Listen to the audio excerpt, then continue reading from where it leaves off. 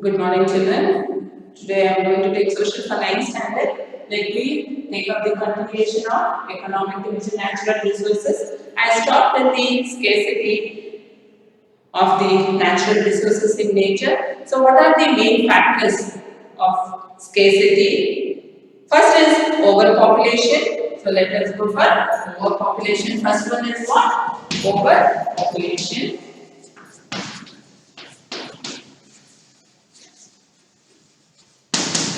So first is overpopulation. The increasing population requires additional land for growing additional food and providing shelter, which is meant through conversion of forest land into agricultural land. Means here increasing population. The population increases day to day and it requires additional land. Means the population is in that situation where it is increasing day to day, where we require the land which is meant for the cultivation is also we construct the houses there. Means there it is meant through conversion of forest land into agriculture land. Even for that we convert to stay and to take up the shelter. And also the forest, what we are doing is forest land into agriculture land. And also we convert this forest land into agricultural land.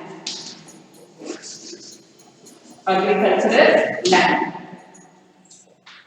And agricultural land into residential land. I told you before itself. So residential we convert and then commercial and industrial land. So after that we convert to commercial land and also for the industrial purposes. So this is the main factor. We have scarcity in our nature. So that is nature is very scarce. We are getting very less because of overpopulation. Where due to this overpopulation, what we are doing, the forest is being converted into agricultural land, and then agricultural land is converted into residential, commercial, and industrial land. So this is first one. Next one will go for growing industrialization, which increased industrialization, extraction of mineral ores, crude oil, and water increase, resulting in emptying of mines, oil wells, and water resources. What we do because of growing industries are increasing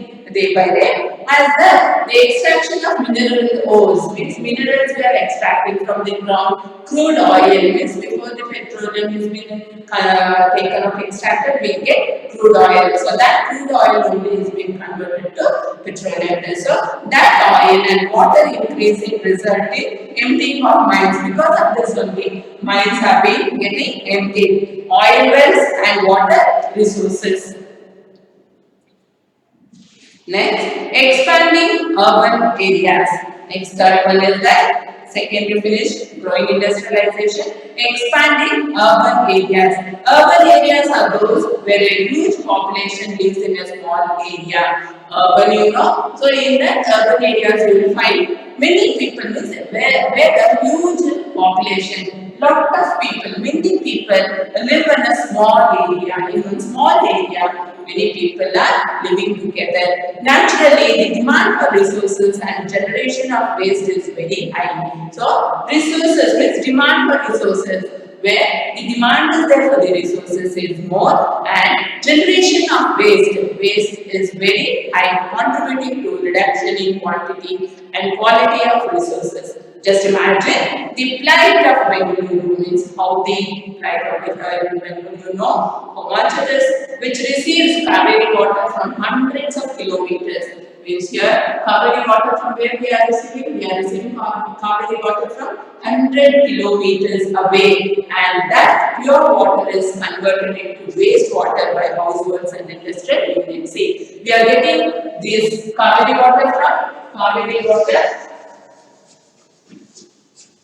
This Kaveri water we are receiving from hundreds of kilometers very far, and that water immediately what we do, we use it for the domestic purposes and then for the household purpose and also for the industrial purpose, and then we convert that into a wastewater.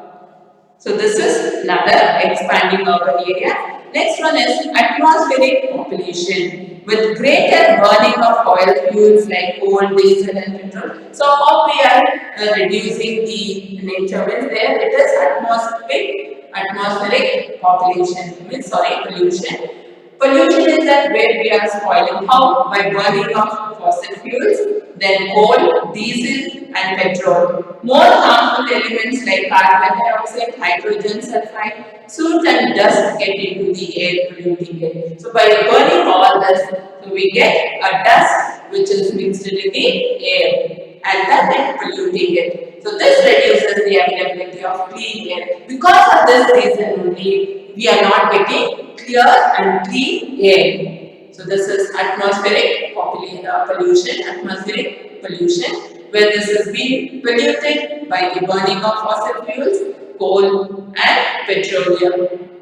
Next is water pollution and land degradation. When the humans, hospital, industries and other waste are dumped in the open space. So what we do? We dump all the waste in the open space. That is hospitals waste, industries waste. All this will be dumped in a particular open place and then they affect the land and water. So that dumped wastage will be affected for the water and also for the land. Reducing the quality as well as availability. It reduces the quality of the nature as well as the availability. Water is also polluted by the agricultural and household activities.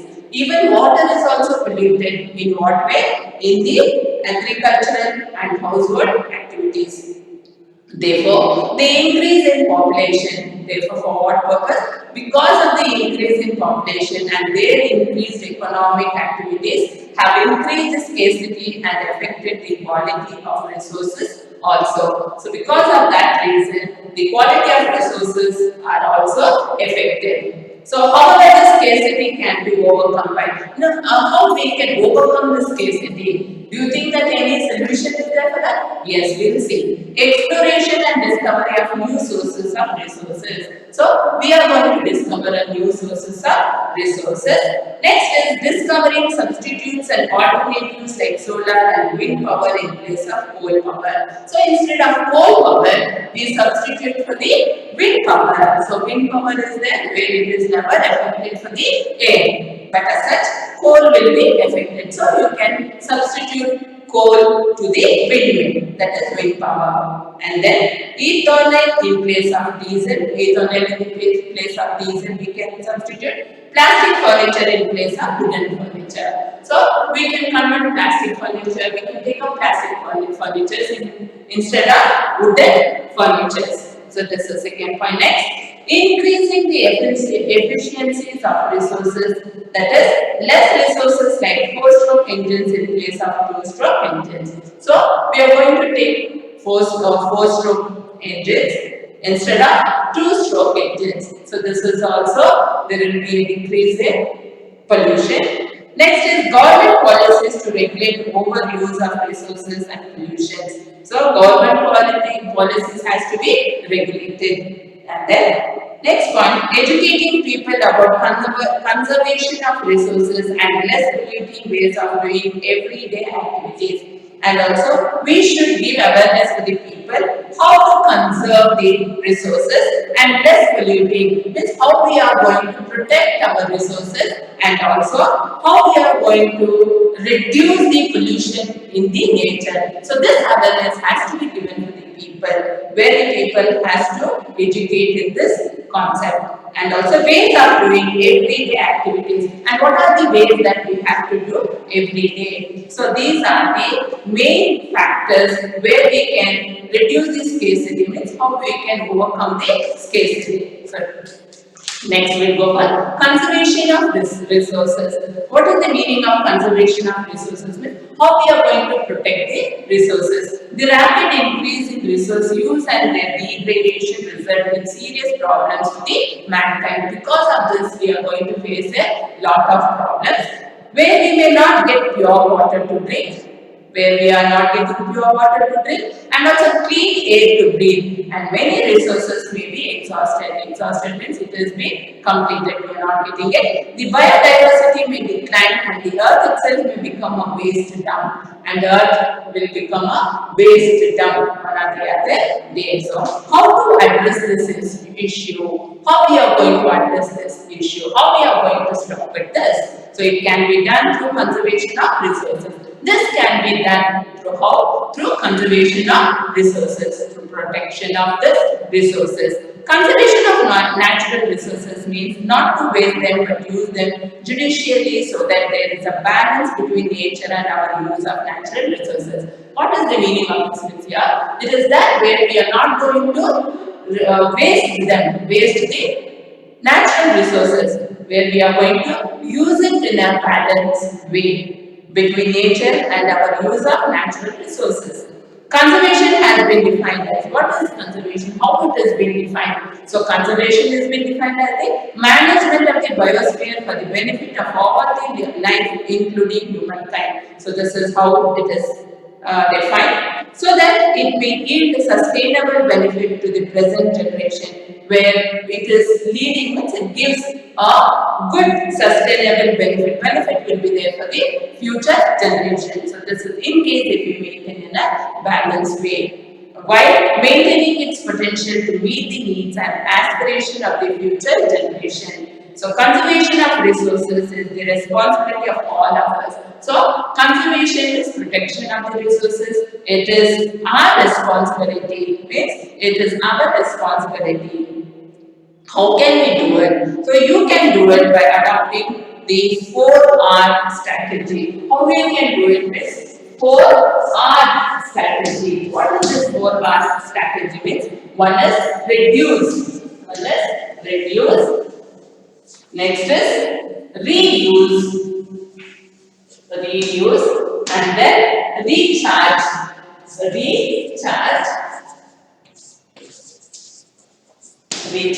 and regenerate.